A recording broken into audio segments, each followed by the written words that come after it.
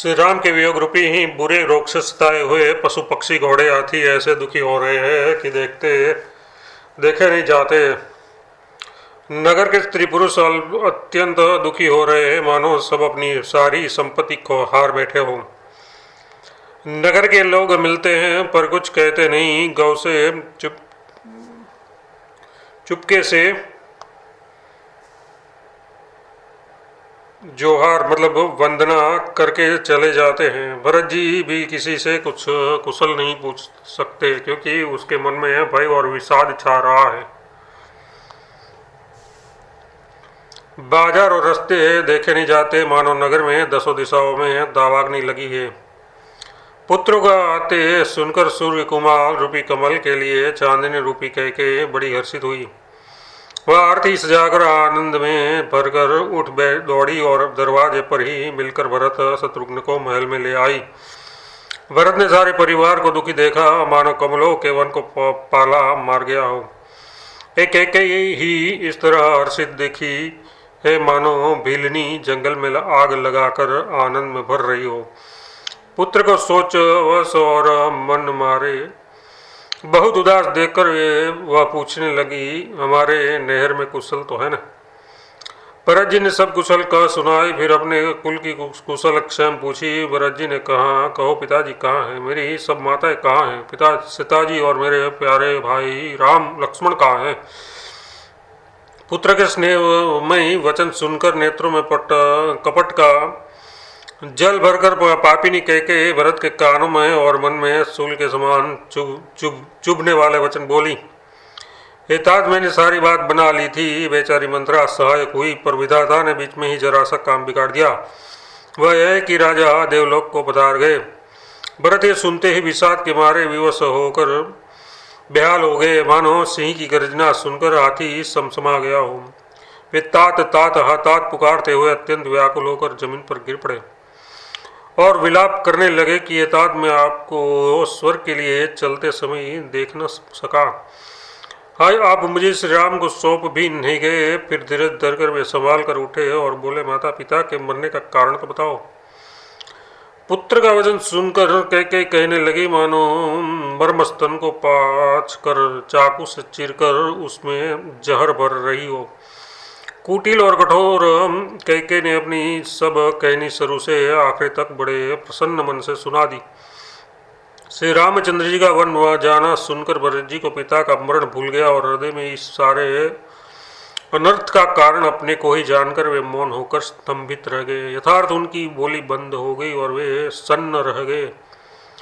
पुत्र को व्याकुल देखकर के समझने लगी, मानो जलने पर नमक लगा रही हो। वह बोली, ये तात राजा हाथ सोच करने योग्य नहीं है।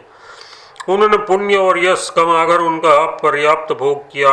जीवन काल में ही उनने जन्म लेने के संपूर्ण फल पा लिए और अंत में वे इंद्रलोक को चले गए। ऐसा विचार कर सोच छोड़ दो और समाज सहित नगर का राज्य करो। राजकुमार भरत जी ये सुनकर बहुत ही सहम गए, मानो पके घाव पर अंगार छू गया हो। उन्होंने धीरज धरकर बड़ी लंबी सांस लेते हुए कहा, पापिनी, तूने सभी तरह से कुल का नाश कर दिया। हाँ, यदि तेरी ऐसी ही अत्यंत बुरी रुचि दुष्ट इच्छा थी तो तूने जन्मते ही मुझे मार क्यों नहीं डाला? तूने पेड़ को फाट कर पत्ते को सींचा है और मछली के जीने के लिए पानी को उलीच डाला। यथार्थ मेरा हित करने जाकर उल्टा तूने मेरा हित कर डाला। मुझे सूर्यवंश सा वंश दशरथ जी सरीखे पिता और राम लक्ष्मण जी से भाई मिले, पर हे जननी, मुझे जन्म देने वाली माता तू हुई। क्या किया जाए, विधाता से कुछ भी वश नहीं चलता। अरे कुमति, जब तूने हृदय में ये बुरा विचार निश्चय उठाना, उस समय तेरे हृदय में टुकड़े टुकड़े क्यों न हो गए? वरदान मांगते समय तेरे मन में कुछ भी पीड़ा नहीं हुई, तेरी जीभ गल नहीं गई, तेरे मुंह में कीड़े नहीं पड़ गए। राजा ने तेरा विश्वास कैसे कर लिया?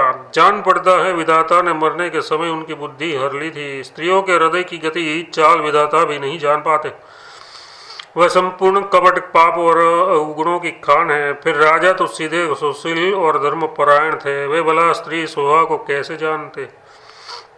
अरे जगत के जीव जंतुओं में ऐसा कौन है जिसे श्री रामचंद्र जी प्राणों के समान प्यारे न हो। वे श्री राम जी भी मुझे अधिक अहित हो गए, मेरे बैरी लगे। तू कौन है, मुझे सच सच कह, तू जो है सो है। अब मुंह में स्याही पोतकर मुंह काला करके उठकर मेरी आंखों की ओट में से जा बैठ। विधाता ने मुझे श्री रामचंद्र जी से विरोध करने वाले तेरे हृदय से उत्पन्न किया, अथवा विधाता ने मुझे हृदय से राम का विरोध जाहिर कर दिया, राम का विरोधी जाहिर कर दिया। मेरे बराबर पापी दूसरा कौन है। मैं व्यर्थ ही मुझे कुछ कहता हूँ, व्यर्थ ही तुझे कुछ कहता हूँ। माता की कुटिलता सुनकर शत्रुघ्न जी के सब अंग क्रोध से जल भर गए हैं। ये कुछ वश नहीं चलता। उस समय भांति भांति के कपड़ों और गहनों से सजकर कुबरी मंथरा वहां आई। उसे सजी देखकर लक्ष्मण जी के छोटे भाई शत्रुघ्न जी क्रोध से भर गए, मानो जलती हुई आग को घी की आहुति मिल गई हो। उन्होंने जोर से तड़क कर कुबड़ पर एक लात जमा दी। वह चिल्लाती हुई मुंह के बल जमीन पर गिर पड़ी। उसका कुबड़ टूट गया, कपाट फूट गया, दांत टूट गए और मुंह से खून बहने लगा। वह कहती हुई बोली, हाय देव, मैंने क्या बिगड़ा जो भला करते बुरा फल पाया। उसकी बात सुनकर और उसे नख से शिखा तक दुष्ट जानकर शत्रुघ्न जी चोट पकड़कर उसे घसीटने लगे। तब दयानिधि भरत जी ने उनको छुड़ा दिया और दोनों भाई तुरंत कौशल्या जी के पास गए। कौशल्या जी मैले वस्त्र पहने हैं, चेहरे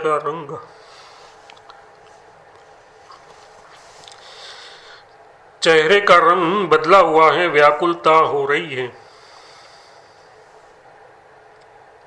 दुख के बोझ से शरीर सूख गया है। ऐसी दिख रही है मानो सोने की सुंदर कल्पनाओं को वन में लता पाला मार गया हो। भरत को देखते ही माता कौशल्या जी उठ दौड़ी, पर चक्कर आ जाने से मूर्छित होकर पृथ्वी पर गिर पड़ी। यह देखते ही भरत जी बड़े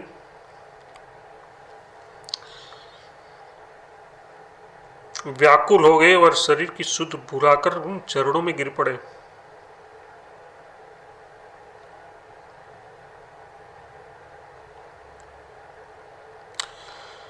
फिर बोले, माता पिताजी कहाँ हैं, उन्हें दिखा दे।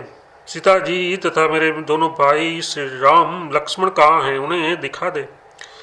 कैकेयी जगत में क्यों जन्मी, और यदि जन्मी ही तो फिर बांझ क्यों न हुई। जिसने कुल के कलंक पर अपयश के भेड़े बांधे और प्रियजनों के द्रोही मुझ जैसे पुत्र को उत्पन्न किया। तीनों लोकों में मेरे समान अभागा कौन है, जिसके कारण मैं माता तेरी ये दशा हुई। पिताजी स्वर्ग में है और श्री रामचंद्र जी वन में है।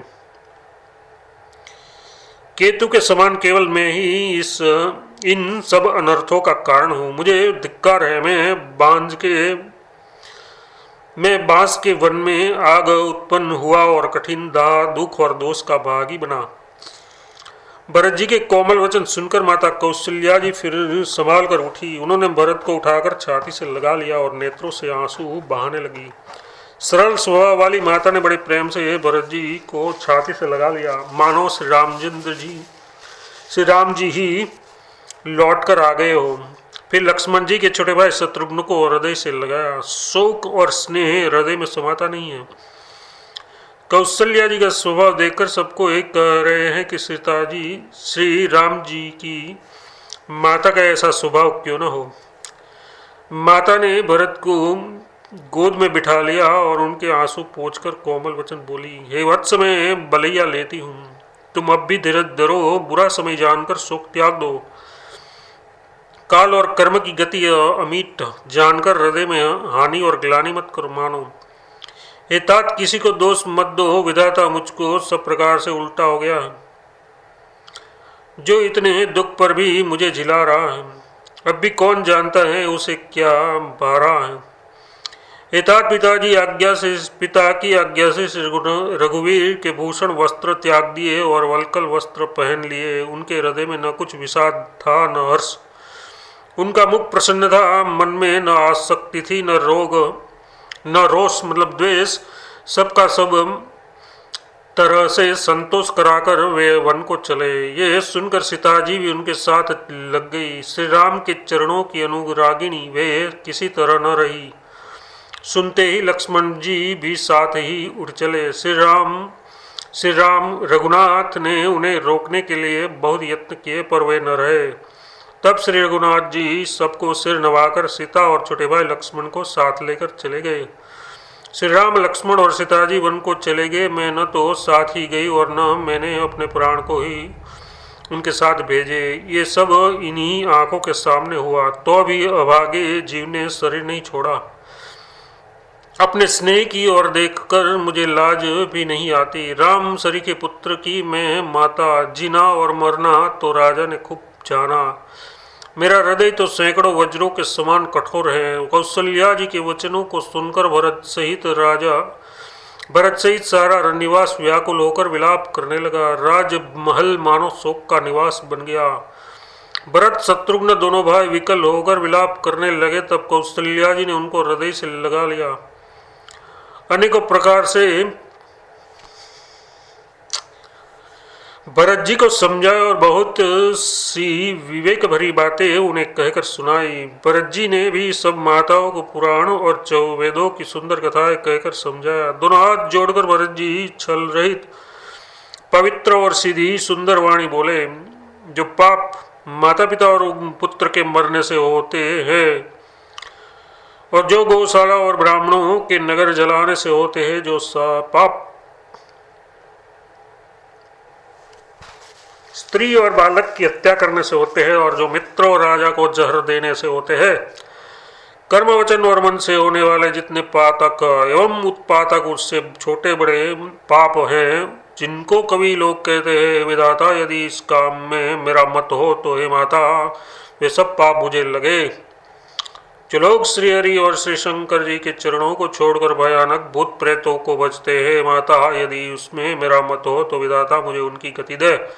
जो लोग वेदों को बेचते हैं, धर्म को दूह लेते हैं, चुगलखोर है, दूसरों के पापों को कह देते हैं, जो कपटी कुटिल कलह प्रिय और क्रोधी है, तथा जो वेदों की निंदा करने वाले और विश्व भर के विरोधी है, जो लोभी लंपट और लालचियों का आचरण करने वाले हैं, जो पराय धन और पराय स्त्री की ताक में रहते हैं, जननी यदि इस काम में मेरी सम्मति हो तो मैं उनकी भयानक गति को पाऊँ। जिनका सत्संग में प्रेम नहीं है, जो अभागे परमार्थ के मार्ग से विमुख है, जो मनुष्य शरीर पाकर श्री हरि का भजन नहीं करते, जिनको हरिहर भगवान विष्णु और शिव जी शंकर जी का सुयश नहीं सुहाता, जो वेद मार्ग को छोड़कर वेद प्रतिकूल मार्ग पर चलते हैं, जो ठग है और जो वेश बनाकर जगत को चलते हैं। माता यदि मैं इस भेद को जानता भी हो तो शंकर जी मुझे उन लोगों की गति दे। माता कौशल्या जी भरत के स्वाभाविक ही सच्चे और सरल वचनों को सुनकर कहने लगी, है तात तुम तो मन वचन और शरीर से सदा ही श्री रामचंद्र जी के प्यारे हो। श्री राम तुम्हारे प्राणों से भी बढ़कर प्राण प्रिय हैं और तुम भी श्री राम रघुनाथ जी को प्राणों से भी अधिक प्यारे हो। चंद्रमा चाहे विष चुहाने लगे और पाला आग बरसाने लगे, जलचर जीव जल से विरक्त हो जाए और ज्ञान हो जाने पर भी चाहे मोह न मिटे, पर तुम श्री रामचंद्र जी के प्रतिकूल कभी कहीं नहीं हो सकते। इसमें तुम्हारी सम्मति है। जगत में जो कोई ऐसा कहते हैं वे स्वप्न में भी सुख और शुभ गति नहीं पावेंगे। ऐसा कहकर माता कौशल्या ने भरत जी को हृदय से लगा लिया। उनके स्तनों में दूध बहने लगा और नेत्रों में प्रेमाश्रु का जल छा गया। इस प्रकार बहुत विलाप करते हुए सारी रात बैठी बीत गई। तब वामदेव जी और वशिष्ठ जी आए। उन्होंने सब मंत्रियों तथा महाजनों को बुलाया। फिर मुनि वशिष्ठ जी ने परमार्थ के सुंदर समयानुकूल वचन कहकर बहुत प्रकार से भरत जी को उपदेश दिया। श्री वशिष्ठ जी ने कहा, ये तात हृदय में धीरज धरो, राज जिस कार्य के करने का अवसर है उसे करो। गुरुजी के वचन सुनकर भरत जी उठे और उन्होंने सब तैयारी करने के लिए कहा। वेदों में बताई हुई विधि की से राजा की देह को स्नान कराया गया और परम पवित्र विमान सजाया गया। भरत जी ने सब माताओं को चरण पकड़कर रखा और प्रार्थना करके उन्होंने सती होने से रोक लिया। वे रानियां भी श्री राम के दर्शन की अभिलाषा से रह गई। चंदन और अगरू के तथा और भी अनेकों प्रकार के अपार कपूर, गुल और केसर आदि सुगंध द्रव्यों के बहुत से बोझ आए। सरयू के तट पर सुंदर चिता रचकर बनाई गई, जो ऐसी मालूम होती थी मानो स्वर्ग की सुंदर सीढ़ी हो। इस प्रकार सब दाह क्रिया की गई और सबने विधि पूर्वक स्नान करके तिलांजलि दी। फिर वेद स्मृति और पुराण सबका मत निश्चय करके उनके अनुसार भरत जी ने पिता का 10 गात्र विधान 10 दिनों के कृत्य किया।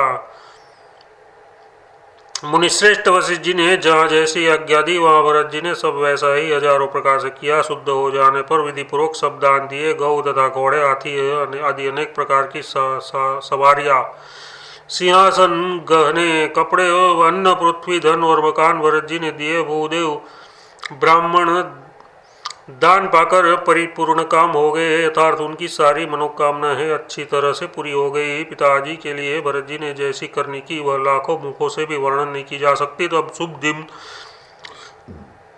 शुभ दिन सोचकर श्रेष्ठ मुनि वशिष्ठ जी आए और उन्होंने मंत्रियों तथा सब महाजनों को बुलाया। सब लोग राजसभा में जाकर बैठ गए। तब मुनि ने भरत जी तथा शत्रुघ्न जी दोनों भाइयों की बुलावा भेजा। भरत जी को वशिष्ठ जी ने अपने पास बिठा लिया और नीति तथा धर्म से भरे हुए वचन कहे। पहले तो कैकेयी ने जैसी कुटिल करनी की श्रेष्ठ मुनि ने वह सारी कथा कही। फिर राजा के धर्म, व्रत और सत्य की सराहना की, जिन्होंने शरीर त्याग कर प्रेम को निभाया। श्री रामचंद्र जी के गुणशील और स्वभाव का वर्णन करते करते तो मुनिराज के नेत्रों में जल भर आया और वे शरीर से पुलकित हो गए। फिर लक्ष्मण जी और सीता जी के प्रेम की बढ़ाई करते हुए ज्ञानी मुनि शोक और स्नेह में मग्न हो गए। मुनिनाथ ने विलख कर दुखी होकर कहा, हे भरत सुनो, भावी होनहार बड़ी बलवान है। हानि, लाभ, जीवन, मरण और यश अपयश ये सब विधाता के हाथ में है। ऐसा विचार कर किसे दोष दिया जाए और व्यर्थ किस पर क्रोध किया जाए। हे तात, मन में विचार करो, राजा दशरथ सोच करने योग्य नहीं है। सोच उस ब्राह्मण का करना चाहिए जो वेद नहीं जानता और जो अपना धर्म छोड़कर विषय भोग में ही लीन रहता है। उस राजा का सोच करना चाहिए जो नीति नहीं जानता और जिसको प्रजा प्राणों के समान प्यारी नहीं है। उस वैश्य का सोच करना चाहिए जो धनवान होकर भी कंजूस है और जो अतिथि सत्कार तथा शिव जी की भक्ति करने में कुशल नहीं है। उस शूद्र का सोच करना चाहिए जो ब्राह्मणों का अपमान करने वाला, बहुत बोलने वाला, मान बढ़ाई चाहने वाला और ज्ञान का घमंड कर रखने वाला है। पुनः उस स्त्री का सोच करना चाहिए जो पति को छलने वाली, कुटिल, कलह प्रिय और स्वेच्छाचारिणी है। उस ब्रह्मचारी का सोच करना चाहिए जो अपने ब्रह्मचर्य व्रत को छोड़ देता है और गुरु की आज्ञा के अनुसार नहीं चलता। उस गृहस्थ का सोच करना चाहिए जो मोहवश कर्म मार्ग का त्याग कर देता है। उस सन्यासी का सोच करना चाहिए जो दुनिया के प्रपंच में फंसा हुआ है और ज्ञान वैराग्य से हीन है। वानप्रस्थ वही सोच करने योग्य है जिनको तपस्या छोड़कर भोग अच्छे लगते हैं। सोच उनका करना चाहिए जो चुगलखोर है, बिना ही कारण क्रोध करने वाले हैं तथा माता पिता, गुरु एवं भाई बंधुओं के साथ विरोध रखने वाला है। सब प्रकार से उसका सोच करना चाहिए जो दूसरों का अनिष्ट करता है, अपने ही शरीर का पोषण करता है और बड़ा भारी निर्दयी है। और वह तो सभी प्रकार से सोच करने योग्य है जो छल छोड़कर हरि का भक्त नहीं होता। कौशल राज दशरथ जी सोच करने योग्य नहीं है जिनका प्रभाव 14 लोकों में प्रकट है। हे भरत, तुम्हारे पिता जैसा राजा तो न हुआ, न है और न अब होने वाला ही है। ब्रह्मा, विष्णु, शिव, इंद्र और दिक्पाल सभी दशरथ जी के गुणों की कथाएं कहा करते हैं। हे तात, कहो उनकी बड़ाई कोई किस प्रकार करेगा जिनके श्री राम लक्ष्मण तुम और शत्रुघ्न सरीखे पवित्र पुत्र हैं। राजा सब प्रकार से बड़भागी थे, उनके लिए विषाद करना व्यर्थ है। ये सुन और समझकर सोच त्याग दो और राजा की आज्ञा सिर चढ़ाकर तदनुसार करो। राजा ने राजपद तुमको दिया है, पिता का वचन तुम्हें सत्य करना चाहिए। जिन्होंने वचन के लिए ही श्री रामचंद्र जी को त्याग दिया और राम विरह की अग्नि में अपने शरीर की आहुति दे दी। राजा को वचन प्रिय थे, प्राण नहीं थे, इसलिए तात पिता के वचनों को प्रमाण सत्य करो। राजा की आज्ञा सिर चढ़ाकर पालन करो, इसमें तुम्हारी सब तरह भलाई है। परशुराम जी ने पिता की आज्ञा रखी और माता को मार डाला, सब लोग इस बात के साक्षी है। राजा ययाति ने पुत्र ने पिता को अपनी जवानी दे दी। पिता की आज्ञा पालन करने से उन्हें पाप और अपयश नहीं हुआ। जो अनुचित और उचित का विचार छोड़कर पिता के वचनों का पालन करते हैं, वे यहाँ सुख और सुयश के पात्र होकर अंत में इंद्रपुरी स्वर्ग में निवास करते हैं। राजा का वचन सुन अवश्य सत्य करो, शोक त्याग दो और प्रजा का पालन करो। ऐसा करने से स्वर्ग में राजा संतोष पावेंगे और तुमको पुण्य और सुंदर यश मिलेगा, दोष नहीं लगेगा। ये वेद में प्रसिद्ध है और स्मृति पुराण आदि सभी शास्त्रों के द्वारा सम्मत है कि पिता जिसको दे वही राज तिलक पाता है। इसलिए तुम राज्य करो, ग्लानि का त्याग कर दो, मेरे वचनों को ही तुम समझकर मानो। इस बात को सुनकर श्री रामचंद्र जी और सीता जी की सुख पावेंगे और कोई पंडित इसे अनुचित नहीं कहेगा। कौशल्या जी आदि तुम्हारी सब माताएं भी प्रजा के सुख से सुखी होंगी। जो तुम्हारे और श्री रामचंद्र जी के श्रेष्ठ संबंध को जान लेगा, वह सभी प्रकार से तुमसे भला मानेगा। श्री रामचंद्र जी के लौट आने पर राज्य उन्हें सौंप देना और सुंदर स्नेह से उनकी सेवा करना। मंत्री हाथ जोड़कर कह रहे हैं, गुरु की आज्ञा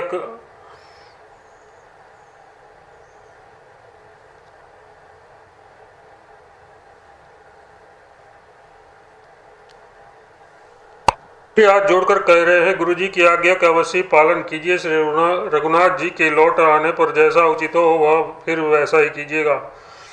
कौशल्या जी भी धर कर कह रही है, पुत्र गरुड़ जी की आज्ञा पथ्य रूप है, उसका आदर गुरु जी की आज्ञा पथ्य रूप है, उसका आदर करना चाहिए और हित जानकर उनका पालन करना चाहिए। काल की गति को जानकर विषाद का त्याग कर देना चाहिए। श्री रघुनाथ जी वन में है, महाराज स्वर्ग का राज्य करने चले गए और हे तात तुम इस प्रकार कातर हो रहे हो। हे पुत्र, कुटुंब प्रजा मंत्री और सब माताओं के सबके एक तुम ही सहारे हो। विधाता को प्रतिकूल और काल को कठोर देखकर धीरज धरो, माता तुम्हारी बलिहारी जाती है। गुरु की आज्ञा को सिर चढ़ाकर उसी के अनुसार कार्य करो और प्रजा का पालन कर कुटुंबियों का दुख करो।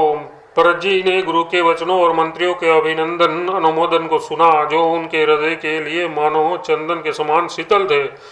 फिर उन्होंने शील, स्नेह और सरलता के रस में सनी हुई माता कौशल्या की कोमल वाणी सुनी। सरलता के रस से सनी हुई माता की वाणी सुनकर भरत जी व्याकुल हो गए। उनके नेत्र कमल जल आंसू